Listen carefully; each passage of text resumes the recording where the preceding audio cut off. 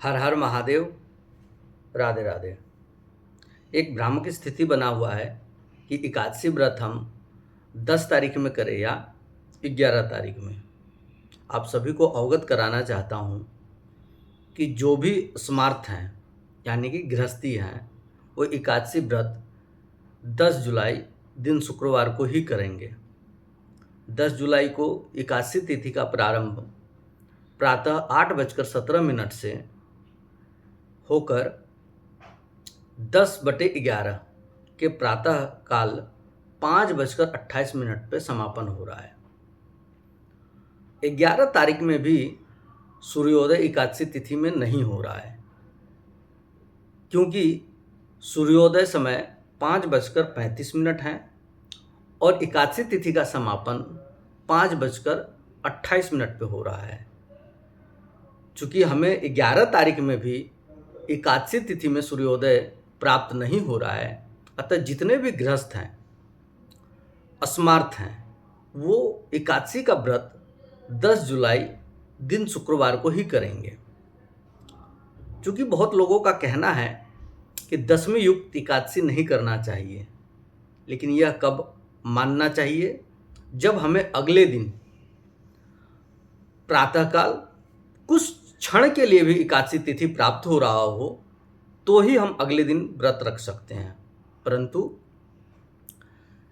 योगिनी एकादशी के समय 11 तारीख को सूर्योदय द्वादशी तिथि में हो रहा है, अतः हम द्वादशी में व्रत नहीं रख सकते। तो एक दिन पूर्व यानी कि 10 जुलाई दिन शुक्रवार को ही योगिनी एकादशी का व्रत रखेंगे।